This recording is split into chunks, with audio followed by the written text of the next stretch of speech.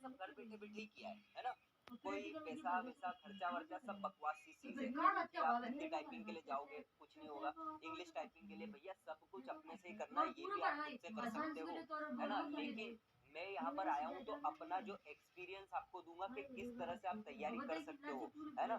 मैंने जो किया है वो आप कर सकते हो, जो गलती करते हैं बच्चे वो नहीं करना है, तो इसीलिए आपको जुड़ना जरूर पड़ेगा। बात करते हैं आगे कंप्यूटर टेस्ट। देखो 75 नंबर का 75 मार्क्स का कंप्यूटर का पेपर होता है। इसमें सबसे पहले तो क्या आता है, कंप्यूटर आता है, इंग्लिश आता है, उसके बाद हमारे सामने यहाँ पर जीके आता है, जीके के बाद हमारे सामने यहाँ पर मैथ्स आता है, और मैथ्स के बाद यहाँ पर हमको रीजनिंग आता है। बच्चे यहाँ पर एक बहुत बड़ी गलती करते हैं, 52 से 51 नंबर का पेपर आता है कंप्यूटर का सिर्फ, बाकी ये 5-5 6-6 नंबर का आता है। बच्चे इसी में घुसे रहते हैं है ना, इसी में घुसे रहते हैं, और फिर बात ये होती है कि ये हो ही नहीं पाता है।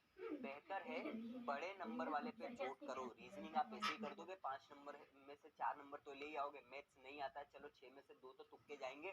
जीके आप ऐसे ही कर दोगे, थोड़ी बहुत भी तैयारी कर रहे हो तो इंग्लिश भी ऐसे ही हो जाता है। तो जो अपने आप ही हो जाता है उस पर फोकस करो क्यों, हम सीधा कंप्यूटर पे फोकस करते हैं ना। अब क्या होता है, बच्चे बड़ी बड़ी किताब लेके आ जाते हैं कंप्यूटर के लिए, कोई किताब काम नहीं आएगी, थ्योरी थ्योरी पढ़ते रह जाओगे। एक बात यह है कि अभी मैंने देखा था कि कुछ बच्चे ऐसा बोल रहे थे, सर आपके समय पे तो बहुत इजी पेपर आता था, इस समय पर पेपर कठिन आता है, इसीलिए आपके नंबर ज्यादा होंगे। बेटा एक बात बताता हूँ, अगर 1+1 जिसको आता है उसके लिए बहुत आसान है ना, 1+1 जिसको नहीं आता है उसके लिए बहुत कठिन है ना। मतलब क्या है, अगर आप पढ़ के गए हो अच्छे से आपके लिए पेपर आसान है, जो नहीं पढ़ के गया उसके लिए वही पेपर बहुत कठिन है। तो पेपर कठिन या आसान नहीं होता है, आपकी पढ़ाई पर डिपेंड करता है पेपर कैसा जाएगा।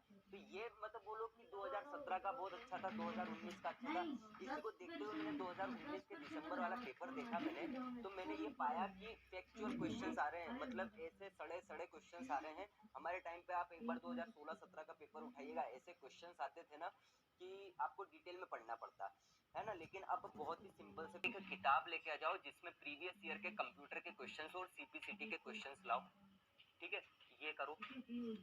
मान लो कोई रैम है, रैम के 50 क्वेश्चंस आपको इन सबसे मिल जाएंगे, आपका पूरा आपकी एफिशिएंसी के हिसाब से बांट सकते हो, आपका ये पेपर खत्म हो जाएगा। और बहुत ही शानदार तरीके से आपका व्यापम के लिए भी हो जाएगा कंप्यूटर, आपका हिंदी एमपीपीएससी प्रीलिम्स के लिए भी हो जाएगा, और आपका सीपीसीटी आपके सब कंप्यूटर के ऐसा खत्म हो जाएगा। मैंने तो ऐसे ही करा है और आप एक बार करके देखिए। चलिए बात करते हैं आगे। हाँ, यहीं पर एक छोटी सी अपडेट में दे दूं, एक बहुत ही इंपॉर्टेंट वीडियो आप सभी बच्चों के लिए आज शाम तक या कल आने वाला है, उसको जरूर देख लीजिएगा। एक बहुत बड़ी अपडेट है अनअकैडमी की तरफ से, एक खुशी जैसी बात है, तो उसको जरूर देख लीजिएगा। बात करते हैं इंग्लिश टाइपिंग की और हिंदी टाइपिंग की।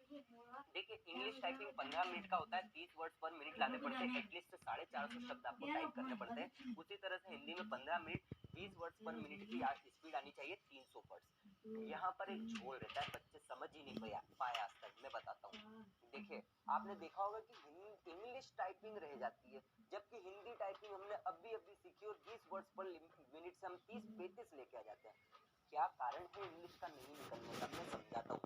आपने देखा होगा आपको हिंदी टाइपिंग में 300 वर्ड्स टाइप करना है, ठीक है, वो देता लगभग 400 450 शब्द, सॉरी 300 350 से 400 शब्द। अगर गलत भी हो रहा है ना तो भी आपकी स्पीड आ जाएगी, कितनी 20 वर्ड। इंग्लिश में ऐसा नहीं है, 450 शब्द है ना, 451 देगा या 452 देगा, या कभी कभी तो 399 सॉरी 449 दे देगा। मतलब क्या है, अगर एक दो शब्द गलत करें आपकी 30 वर्ड्स कभी आएंगे नहीं। ये एक सबसे बड़ी दिक्कत रहती है। आई होप आप समझ गए होंगे, गिन के देख लेना भले, ठीक है। बात करते हैं यहाँ पर क्या होता है ग्रोथ स्पीड। देखो एक होती है ग्रोथ स्पीड, एक होती है नेट स्पीड, इसको आपको समझना पड़ेगा। ग्रोथ स्पीड का मतलब ये होता है कि आपने incorrect words plus correct words, ये आपके सभी ग्रोथ स्पीड में। नेट स्पीड का मतलब क्या होता है, तो देखिए नेट स्पीड का सीधा सा मतलब क्या है कि जितने करेक्ट वर्ड उन्हीं को काउंट किया जाएगा, गलत वर्ड में आपकी स्पीड नहीं आएगी। तो जो सीपीसीटी का तरीका है वो चलता है नेट स्पीड पर, ना कि ग्रॉस स्पीड पर। मतलब जितने वर्ड्स करेक्ट टाइप करे हैं उसी के हिसाब से आपकी स्पीड आएगी, ठीक है। चलिए मैं आपको बताता हूँ सीपीसीटी का स्कोर कार्ड हाई कोर्ट की एग्जाम में, असिस्टेंट ग्रेड की एग्जाम में कैसे चलता है। मान लीजिए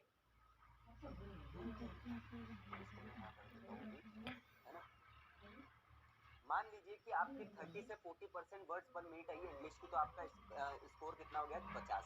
मतलब अगर आपके नंबर स्पीड इतनी है ना, तो आपको नंबर भी इसके हिसाब से मिलेंगे 50%। मतलब 40 का अगर पेपर है तो 20 नंबर मिलेंगे आपको इसमें से हाई कोर्ट के एग्जाम में। और इस तरीके से ये एक तरीका रहता है, और हिंदी का भी इसी का तरीका रहेगा। एक स्क्रिप्ट रहता है, एक रेमिंगटन रहता है। इन स्क्रिप्ट रेमिंगटन मैंने रेमिंगटन से करा है। रेमिंगटन बहुत आसान है, आपको कहीं पर भी मिल जाएगा। इन स्क्रिप्ट भी आसान है, लेकिन रेमिंगटन सबसे अच्छा रहता है। तो आपको 38 मार्क्स एमसीक्यू में लाने पड़ेंगे, 30 वर्ड्स पर मिनट इसमें और 20 वर्ड्स पर मिनट इसमें लाने पड़ेंगे, तो आप सीपीसीटी क्वालिफाई कहलाएंगे। यहाँ पर एग्जाम पहले क्या होता था कि 6-6 महीने, एक साल में 2 बार दे सकते थे, फिर दे ही नहीं सकते थे। अब उनने बदल दिया। अभी तो आप देखो फरवरी में 22 फरवरी, 29 फरवरी, 1 मार्च, एक साथ 3-3